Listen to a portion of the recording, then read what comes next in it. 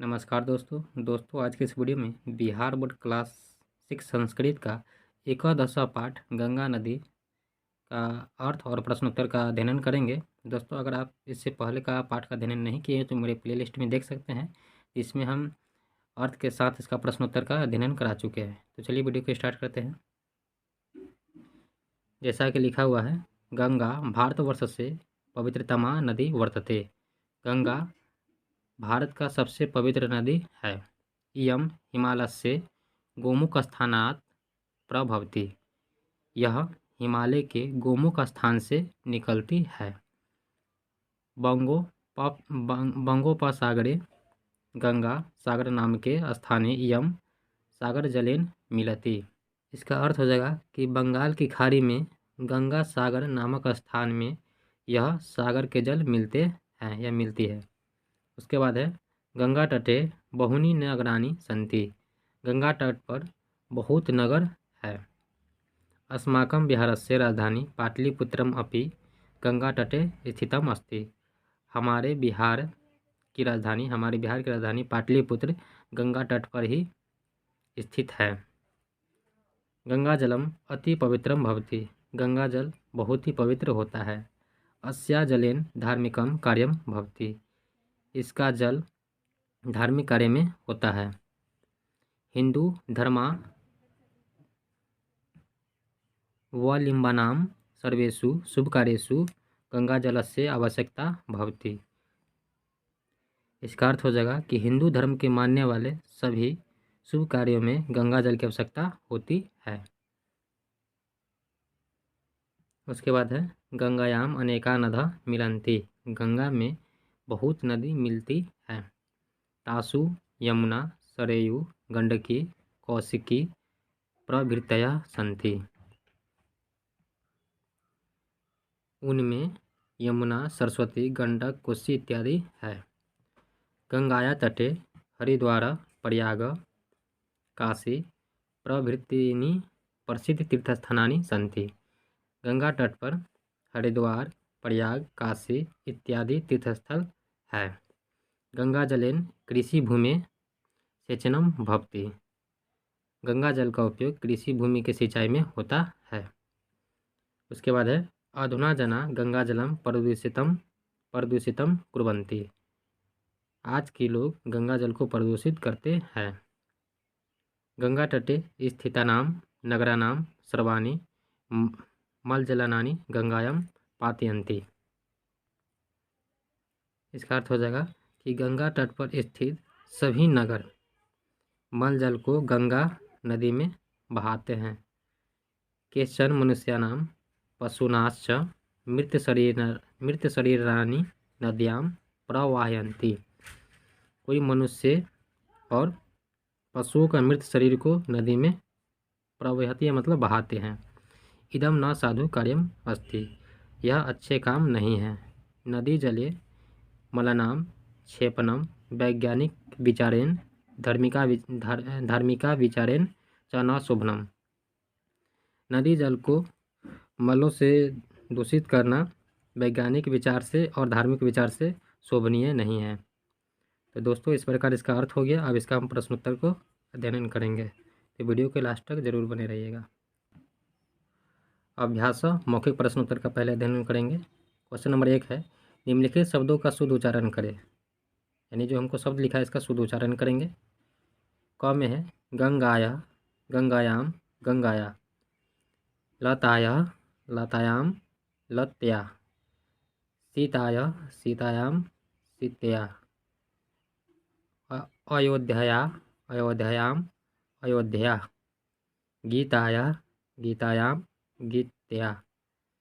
ख में है जलम जलेन जलात्, फलम फलेन फलात्, दुग्धम दुग्धेन दुग्धात्, ग्रामम ग्रामीण ग्रामात्, विद्यालयम विद्यालयेन विद्यालयात्। अब हम लोग लिखित प्रश्नोत्तर का अध्ययन करेंगे। क्वेश्चन नंबर 2 है, कोष्ठ में दिए गए शब्द से तृतीया विभक्ति का रूप देखकर रिक्त स्थानों को भरें। यहाँ पे हमको कोष्ठ में कुछ शब्द दिया है, इसका हम तृतीया विभक्ति का रूप में बदलकर यहाँ पे रिक्त स्थान को भरेंगे। आइए एक एक को देखते हैं।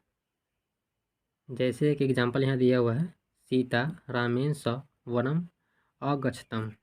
कोष्ठ में यहाँ पे राम लिखा हुआ था, तो राम का तृतीया एक वचन क्या हो जाएगा, रामेण। उसी तरह ये शब्द जो भी है इस प्रकार कोष्ठ में दिया हुआ है, इसका तृतीया एक वचन शब्द यहाँ पे लिखना है। क में लिखा है मोहना डैश स विद्यालम गच्छति। कोष्ठ में यहाँ पे सोहन लिखा हुआ था, तो सोहन का तृतीया एक वचन क्या हो जाएगा, सोहनेन। मोहन सोहन के साथ विद्यालय जाता है, इसका अर्थ हो जाएगा। ख में है लता डैश सह वाटिकाम गच्छति। कोष्ठ में हमको सीता दिया हुआ था, तो सीता का तृतीया एक वचन क्या हो जाएगा, सीताया। लता और सीता, लता सीता के साथ वाटिका यानी बाग जाती है, इसका अर्थ हो जाएगा।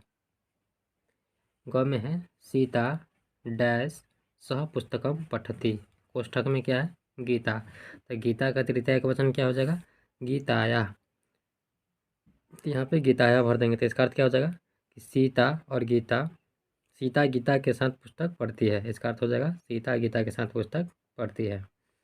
घ में है रमेश डैश लिखती। कोष्ठक में कलम, तो कलम का तृतीया एक वचन क्या हो जाएगा, कलमेन। रमेश कलम से लिखता है। अंगा है मुकेश डैश सह खादती। ऑप्शन में है यानी कोष्ठक में मित्र, तो मित्र का तृतीया एक वचन क्या हो जाएगा, मित्रेन। मुकेश मित्रेन स खादती। मुकेश मित्र के साथ खाता है। क्वेश्चन एक में है कृषक, तो कृषक को किसे मिलान करेंगे, कृषि कार्यम करोति। किसान कृषि कार्य करते हैं।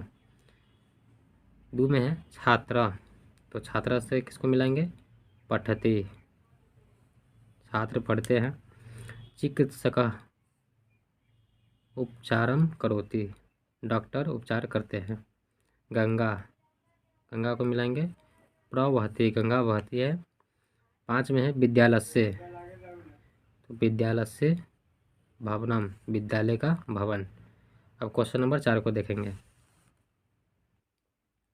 क्वेश्चन नंबर 4 है मंजूषा में से सही शब्द चुनकर रिक्त स्थान को भरे। यानी यहाँ पे हमको कुछ मंजूषा दिया हुआ है, इस शब्द को सही जो शब्द होगा यहाँ पे रिक्त स्थान को भरना है। तो आइए एक एक को देखते हैं। गंगा हिमालयात डैश, तो यहाँ पे क्या भरेंगे, गंगा हिमालयात प्रभवती, क्या भरेंगे, प्रभवती। इसका अर्थ हो जाएगा गंगा हिमालय से बहती है। ख में है नदीसु गंगा डैश अस्ति, तो नदीसु गंगा पवित्रतमा अस्ति। यहाँ पे भर देंगे पवित्र तामा अस्ति। नदियों में गंगा पवित्र है यानी सबसे पवित्र है। ग है गंगा तटे डैश नगरानी डैश, यहाँ पे क्या भरेंगे, गंगा तटे बहुनी, बहुनी नगरानी संति। गंगा तट पर बहुत नगर है। अब घ में क्या है डैश जना पिबंती, तो यहाँ पे क्या लिखेंगे, गंगा जलम जना पिबंती, गंगा जलम जना पिबंती, गंगा जल लोग पीते हैं।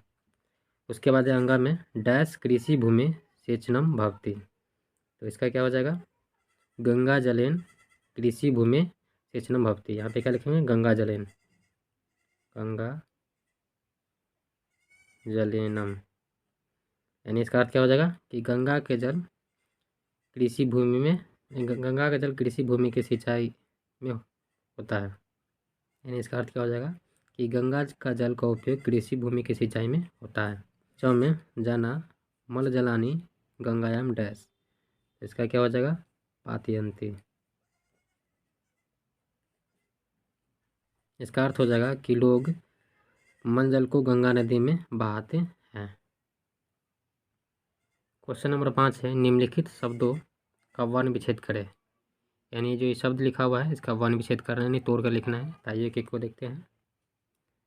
5 का वन विच्छेद कर दिए हुए हैं। आप इसका स्क्रीनशॉट ले लें या वीडियो रोक कर देख लें। इसको हम नहीं बताएंगे क्योंकि वीडियो लंबा ना हो। तो आइए आगे के क्वेश्चन देखते हैं। क्वेश्चन नंबर 6 है, निम्नलिखित विषयों पर संस्कृत में 2-2 वाक्य लिखे। यानी ये जो हमको यहाँ पे कुछ शब्द दिया है, हिमालय, विद्यालय, दीपावली, इस पर हमको संस्कृत में 2-2 वाक्य लिखना है। तो आइए देखते हैं। पहला था हमारा हिमालय। हिमालय में क्या लिखेंगे? हिमालयात गंगाया निसरती। हिमालय से गंगा निकलती है, पहला हो गया। दूसरा, हिमालय भारतस्य उत्तरासायाम दिशि विराजते। हिमालय भारत के उत्तर दिशा में विराजते हैं। दूसरा है विद्यालय। तो विद्यालय का क्या हो जाएगा? 1 नंबर में, अयम अस्माकं विद्यालय अस्ति। यह हमारा विद्यालय है। अत्र बहवः छात्रा सन्ति। यहाँ बहुत छात्र हैं। तीसरा था दीपावली। तो दीपावली में क्या लिखेंगे? एक में, सर्वेषु त्योहारेषु दीपावली श्रेष्ठ अस्ति। सभी त्योहारों में दिवाली श्रेष्ठ है। प्रतिवर्षं कार्तिक मासस्य अमावास्यां तिथौ अस्माकं गृहेषु दीपमालिका सज्जते। कि प्रतिवर्ष कार्तिक महीने की अमावस्या तिथि पर हमारे घरों में दीप को सजाया जाता है। क्वेश्चन नंबर 7 है, उत्तराणी लिखता। इन उत्तर लिखे। पहला प्रश्न है, भारत से पवित्रतमा नदी का। यानी इसका अर्थ हो जाएगा कि भारत के सबसे पवित्र नदी कौन है? आंसर हो जाएगा भारतस्य पवित्रमा नदी गंगा अस्ति। भारत के सबसे पवित्र नदी गंगा है। ह में है, गंगा कुतः प्रभवती। इसका अर्थ हो जाएगा गंगा कहाँ से बहती है या निकलती है? आंसर हो जाएगा गंगा हिमालय से गोमुख स्थानात् प्रवहती। गंगा हिमालय के गोमुख स्थान से बहती है। ग में है, अस्या जलम कीदृशं भवति। इसका अर्थ हो जाएगा कि इसका जल कैसा होता है? तो अस्या जलम अति पवित्रम भवति। इसका जल बहुत पवित्र होता है। घ में है, शुभ कार्येषु कस्या जलस्य आवश्यकता भवति। इसका आंसर हो जाएगा शुभ कार्येषु गंगाया जलस्य आवश्यकता भवति। शुभ कार्यों के लिए या शुभ कार्यों में गंगा जल की आवश्यकता होती है। अंगा में है, अधुना जना गंगा जलम किम कुर्वन्ति। यानी इसका अर्थ हो जाएगा कि आज के लोग गंगा जल का क्या करते हैं? तो इसका अर्थ हो जाएगा इसका आंसर हो जाएगा अधुना जना गंगा जलम प्रदूषितम कुर्वन्ति। इसका अर्थ है कि आज के लोग गंगा जल को प्रदूषित करते हैं। इस प्रकार हमारा क्वेश्चन आंसर खत्म हो गया।